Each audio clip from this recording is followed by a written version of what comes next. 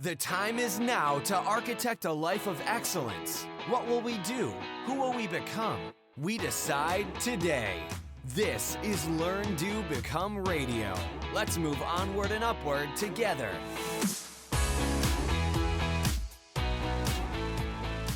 Hello and welcome to Learn, Do, Become Radio. I'm April Perry, and today we're talking about how we're going to move forward if we are putting something off. About a year ago, I wrote a post called 3 Ideas to Get You Moving If You're Putting Something Off. Now, we had more than 240 comments posted publicly on that post, and we received more than 200 personal emails from members of our community. So clearly, this is something that is very common. We want to do something. We know we need to do it. We're excited about it, but for some reason or another, we put it off. It's now been about a year since that post, and I want to actually encourage all of us to reflect on what it was that we wanted a year ago, because a lot of people share in the comments what it was they were working towards. I also want to focus on what we have accomplished in the past year, and then we're going to talk about how we're going to actually figure out what we need to do now. And I have some questions that I want you to consider and take some time to actually answer, because I know it's going to help all of us to move forward. Okay, so I'm going to start out by first just reading the post as it was about a year ago, and then we'll move on from there. Thank you guys for being with me, and just so you know, this is super hard for me to talk about, so thank you for being here and for your patience and for your support. It means so much. Okay, 3 ideas to get you moving if you're putting something off. Have you ever put something scary off for months, knowing in the back of your mind there would come a day when you would have to take a deep breath and finally do it? Me too. Writing this post is one of those things. And if you have just a moment, I'd like to tell you why. At Learn, Do, Become, we want you to wake up feeling excited, and we want you to go to bed feeling content. We want you to enjoy the time you spend with your family, and we want your life to be and feel organized and calm so you can work on projects that really matter to you. Throughout all of this, we want you to feel connected to a higher power, however you choose to define that. So why am I scared? Seriously, I've been dusting my computer, organizing pens, trying to think of any reason to put this off. It's because there are a lot of you here in our community, and most of you don't know me, and you don't really know each other, and I really want that to change.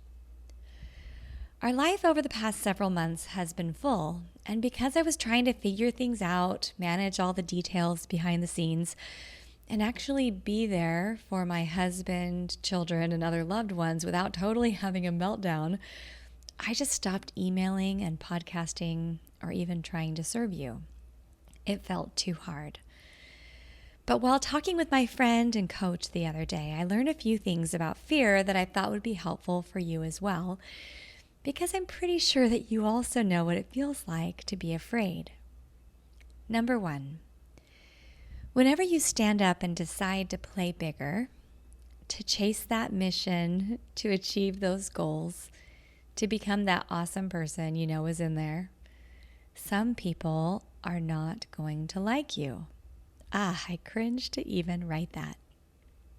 Number 2, but if you don't listen to that call inside of you, and if you choose to play smaller than you know you can, you're going to miss the opportunity to lift those who might actually need what you have to give. Number 3, there is never a perfect time to start. You just take that first step and start moving, and you accept the fact that other people are going to watch you grow, which means they will also watch you fail, and they will watch you succeed. But then, just maybe your imperfect stumbling will give them the courage to get up and do the same, because any forward movement is just that. Forward movement, progress, life, light, hope. So I'm trying out an experiment. For the next 3 months, I'm going to post something just about once a week that will lift you and encourage you to learn, to do, and to become. I won't email you unless there is something important to say, but I won't hide anymore because of fear. And perhaps you can make a brave goal today too, and we can go through the process together and maybe report back in 12 weeks. So if you're excited to be part of this community and you're thinking, this is exactly what I need, then keep an eye out for more that's coming. And I have a link where you can sign up for our free guide and audio so you can receive updates by email. If you haven't done that yet, go to our homepage and go do that. And then I included a little fun bonus opportunity. If you already know what scary thing you want to get moving over the next 3 months, or if you want to share your thoughts with me so I can know who is out there reading, please leave a comment below. One last thought. My mom always said, excitement and fear physically do the exact same thing to your body. The difference is just how your brain interprets the event. I like that, and I am so excited for this. With gratitude, April, and then in parentheses, and Eric. Okay. Now, what I love is if you go to that post, and we'll link to it in the show notes here for this podcast, you can read hundreds of comments that came in. Everything from wanting to start a business, to getting paperwork organized, to being able to actually change in some personal areas of their lives, in their family or their relationships, researching a book, finishing a dissertation, changing jobs. I mean, it's beautiful. And people actually shared details and stories, and it's beautiful. Okay, so now that it's been that year, I want us each to just think for a moment, what were you putting off a year ago? Just take yourself back. What was one thing that you wanted so badly, but you were afraid to do? Now, it's okay if you haven't accomplished it. I just want you thinking back a year ago, where were you in your life, and what is it that you felt like, I need to do this? Okay, so now let's reflect on what happened with that. If you need to pause for a minute and think more, or go back and look at your calendar or something like that, or your journal, awesome. Okay. So as I thought about that past year, I said, hey, I'm going to do something once a week. Turns out I actually did not create something once a week because I don't know what I was thinking. We were in the middle of preparing for a move. So I published that about 5 weeks before our family moved totally to a new place. And there were a million things going on, and I felt totally depleted. But I actually went back and looked at the past year and counted. We actually did have about 32 posts or podcasts at Learn, Do, Become in the past year. Now, not all by me. One thing I've been learning is that I don't have to be the one to do everything at Learn, Do, Become. There are a lot of smart people who are on our team and people in our community we're featuring. So our team has really been helping us, and that's been awesome. Now, I didn't create everything I had planned to create. My plans kind of changed a little bit. But as I sat down and looked at the past year, I realized that I actually have accomplished a lot. I think all of us have when you actually sit down and take time to reflect. Now, pausing for just a moment, we have a post up talking about a happy success list. It's awesome. Danielle Porter is on our team, and she created this template. It's called My Happy Success List. So you have your kind of regular to-do list on the left, but then on the right, you have this happy success list where you record the things that you hadn't planned in advance, but you're glad that you did them. Things like spending time with your family, or being a better listener in a specific situation, or taking more time to rest. I mean, there's a lot of things that we do, and we're happy we did them. So it's good to give ourselves credit. So as I started thinking about the past year, I wrote down a few things that we did and that we learned and we accomplished.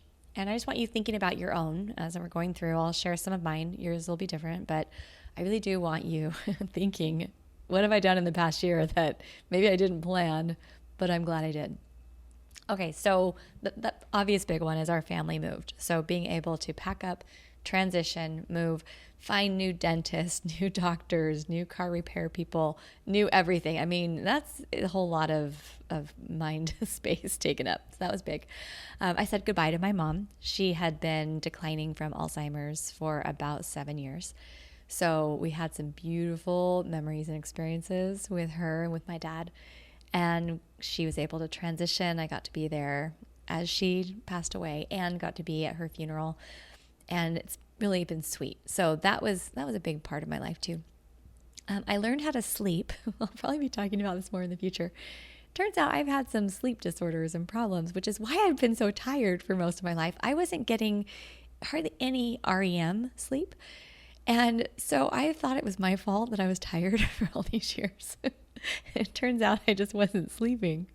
So I'm learning how to sleep. I'm almost there. Not quite, but almost there.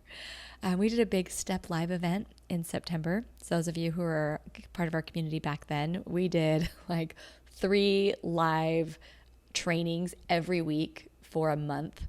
That was huge. So that was really fun. We also did a huge promotion for Michael Hyatt's Best Year Ever. Went to his conference, have been implementing all the goal setting stuff, and we launched a life architecture beta, which has been fantastic. We just had our second quarterly call the other day. Awesome. I can't even tell you. We'll have to talk more about it later, but it was awesome. We helped Aaliyah launch her Step for Students. So she's teaching our productivity program for students. She helped create that. We're helping her, teaching her behind the scenes, and that's been amazing. We also had a big expansion at Power of Moms. Now that's my other website, powerofmoms.com for mothers. And my former partner over there, Saren, is now doing Power of Families. And so as we expanded, there are just a lot of details involved in that, but it's going really well, and so proud of all the awesome stuff she's creating at Power of Families. And Power of Moms, we're kind of figuring out what it is we're doing over there as far as honing in the message. And we have a podcast going over there with Power of Moms Radio. That's been exciting too. So there's awesome stuff happening there. We also grew our team at Learn, Do, Become. So that's been a big deal. And I'm so grateful for the amazing people we have working with us. Eric and I also invested in coaching. We traveled to multiple conferences, groups, meetups, and Eric and I try to take turns traveling. So one of us is with our children because we don't want to be like leaving them, and we want to be able to be as deliberate and as present as we can. Sometimes we do need to travel together, but really this has been a big deal. There's been a lot of travel in the past year for one of us, at least at a time. And we've learned a lot, but that's been huge. Just for me, getting packed and unpacked, it takes a long time to figure all that out and just to kind of get back into things. We've also have new volunteer positions, Eric and I, in our church. So we're now working with the teenagers, which is awesome because we have 3 teenagers. So both of us have new positions. It's also been a lot of mindset work. I've been doing a lot of reading, a lot of thinking, journaling, figuring myself out. Almost there. Plus, there's just the everyday work, taking care of myself, my family, the business, and doing my best to connect with God on a regular basis.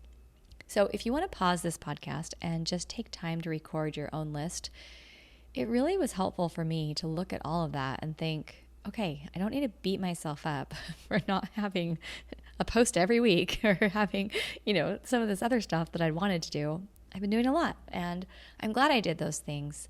And at the end of the day, our family is strong and I'm feeling healthy and we're in a good place. We're in a much better place than we were a year ago. So I'm not going to feel sad about the things I didn't do. So really, I do recommend taking a little bit of time to just identify that. Okay, so then once we have that list, we know what it was we were putting off and we know what we ended up doing. I want to be able to have each of us give ourselves a little pat on the back for all that we did do. But then we need to reassess that initial goal that we had and ask ourselves, okay, what do we need to do now? Now, if you knocked out that previous goal, what you wanted a year ago, then you're going to be thinking, okay, well, then what's next? What do I want to do next? But if you are still putting that task off or that goal off, which I have been, I'm going to talk with you guys about it, then I've prepared a few questions that I'm going through, and I really encourage you to go through them as well. Okay, so I have 3 questions, and I'm going to ask the question, I'll share my personal response, and then I really do encourage you to either pause the podcast or take some time today or later this week to just sit down and go through the exercise because it's incredibly helpful. And sometimes when we can actually write down or verbalize what it is that's stopping us or how we're actually going to move forward, it makes it not feel so hard and so scary. All right, so question number 1. Thinking about that thing you're putting off, whether it's starting a business or for me, it's creating more regular podcasts and posts here at Learn to Become. What is the belief that is keeping you from doing it? Now, as I've been doing a lot of different mindset work, I'm learning that when we have limiting beliefs, we don't do the things that we know we need to do. So when I ask myself, why am I not podcasting and posting and creating and sharing my heart at Learn to Become as much as I would like to? It's because I believe that if I write about the things that I truly love and if I share my heart, that I will be rejected. And the thought that comes into my mind is something like, people probably won't like it. They will leave us. They'll leave Learn to Become, and I will have failed them. Oh, so hard to even acknowledge that. But that's when I actually sat down and asked myself what my problem was. That was it. Now, it's funny because at Power of Moms, I've been running that for more than 10 years. I know what I'm doing. I've found my voice there. I know exactly who I'm speaking to. You can find lots of podcasts over there. In fact, just tonight, before I sat down to record this podcast, I recorded 4 podcasts for Power of Moms. It was like effortless. And I was editing the podcast and I was sending them over to our team. And I was doing all kinds of stuff for Power of Moms. But for some reason, there's this little block for me here at Learn to Become, and I worry. And it's because we have a larger, more diverse group here. Learn to Become grew very quickly, and we have a lot of people. And I've received a few mean emails over the course of the last 3 years. I mean, maybe like 2 out of thousands. Like, okay, silly, right? Also, our community is men and women, old and young. So many backgrounds. And I have this belief that no matter how hard I try, I won't do it right. So I keep waiting for that perfect time to actually start. Maybe you're going through something like that. If you're working on a project or you're trying something new or you're ready to change the job and you feel like I'm afraid to pull the trigger, I'm afraid to step into what I know I need to do because I just think I'm not going to do it right. So I want you to think now, what are your core beliefs? What are maybe those limiting beliefs that are causing you to hesitate? You can answer that question. Now we've identified the monster, right? Okay, question number 2. What would your internal board of directors say to you? I have this team of people inside my head, and they're people who know me and care about me, and they're people who always give me good advice. Now, they're busy people, and we actually don't speak to each other very often. Some of them I knew at one point in my life, but we don't talk very often now. But I think of them all standing in front of me, and I visualize myself saying to them, here is why I'm afraid. Sharing the things I just shared with you, for example. And then I write down what they would say, because it's usually pretty clear, and you know what they would say. So I want you to think for a moment, who would be on your internal board of directors? A sibling, a dear friend, a favorite teacher, a parent.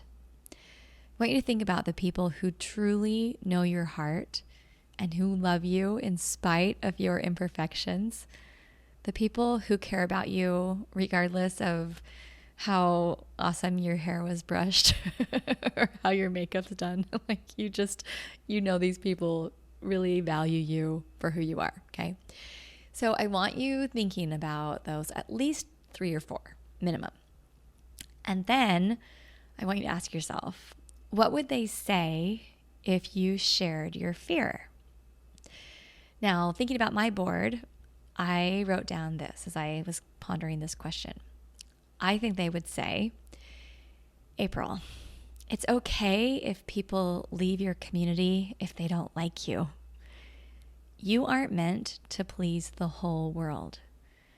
Your voice is needed by some people, many people, but you aren't serving them because you're letting this idea of potentially mean or angry people in your head stop you from living your full potential. You need to be brave and start doing what you feel inspired and directed to do. The time has come to stand tall. Now, again, this might be a good time to pause the podcast and record what your board of directors would say. Now, let's go to question number 3. How could you move toward your goal in a way that feels easy and light? Sometimes we complicate things and we think, well, I have to do this and this and this to make my goal absolutely perfect, or it's not worth doing. But what feels light and fun that will still help you to reach your goal? And what is one thing you could do to break down a barrier to your project completion? I noticed, for example, that I never schedule time into my week to record podcasts or write posts for Learn, Do, Become. It just scares me to do that, but I'm going to start. I actually spoke with one of our team members the other day and I said, okay, your job is to help me schedule time for that and hold me accountable and help me. But I'm going to create that time. I'm also going to focus on talking to just one person. If I think of myself talking to hundreds of thousands of people, that just feels scary. So what I've done is I've created this imaginary person in my mind who I feel represents our Learn to Become community. And I'm just not going to worry if people email us and say mean things. In fact, if you're feeling right now like you'd like to email me something mean, just please don't send it because I'm not going to read it, okay? Because the people who want to send mean things to me or to you, those aren't the people that we're meant to serve. And that's okay. People don't have to follow everything you do or everything I do. It's totally okay. You hear me convincing ourselves? Okay. Also, I want you to just think now, okay, what can you do? And I'll be thinking that. What can I do? How can we create that time to move forward on this scary thing? Now, I want you to come to the comments on this podcast, and I want you sharing and reporting, because I think it's really important for us to actually publicly declare things as we're moving forward. Or you could text a friend and you could help maybe encourage somebody else to do the same thing. Okay, a few little thoughts that I'm going to close with, some quotes about change. I just went and searched online for quotes about change and picked out a few favorites. And these have been helpful to me because all of us want to have change in our lives. I mean, at our deepest level, we want change. Now, we don't always like change. It's not easy. And we prefer to just do what's in our comfort zone. But here's a few quotes that I hope will help you. This one's by Allie Brown, and it says, "There is no growth without change. You've got to let go of some old stuff, and that can hurt. Often when I'm in the most pain, I realize it's coming from my trying to control everything or resisting the changes that come with the progress. But you see that light, that beautiful next level, and that's what you have to focus on." Charles Darwin said, "It is not the strongest of the species that survives, nor the most intelligent that survives. It is the one that is most adaptable to change." And then here's a couple from Winston Churchill. "To improve is to change.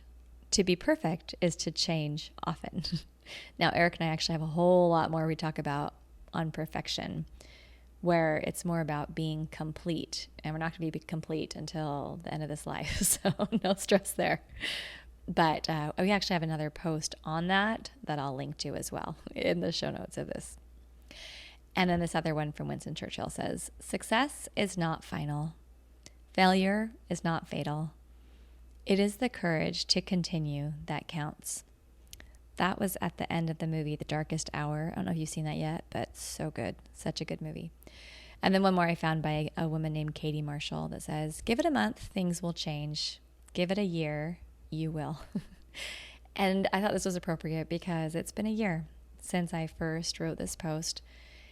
And I really want to let each of you know that Eric and I are both committed to helping this community here at Learn to Become to be able to do exactly that, to learn and to do, and to become who we're meant to be.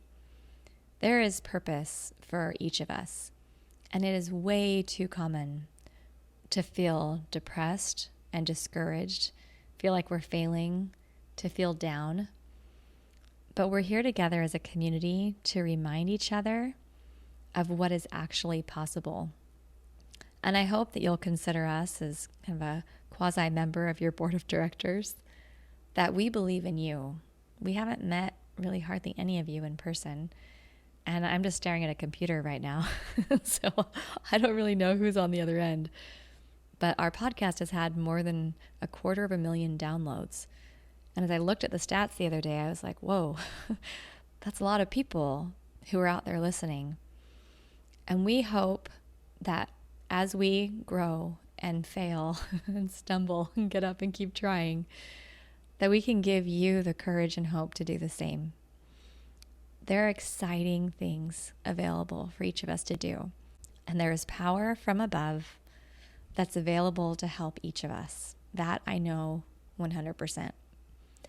So thank you for the great work you're doing. Thank you for being here with us. Come leave your thoughts at learndobecome.com/episode 25. We'd love to hear what you're working on, what you're learning from your board of directors, and what you're going to do to actually create that change that you know that you need to make and you know you're meant to make. And that's going to help make this world amazing. Sending lots of love. Have a great day, and we'll see you soon at learndobecome.com.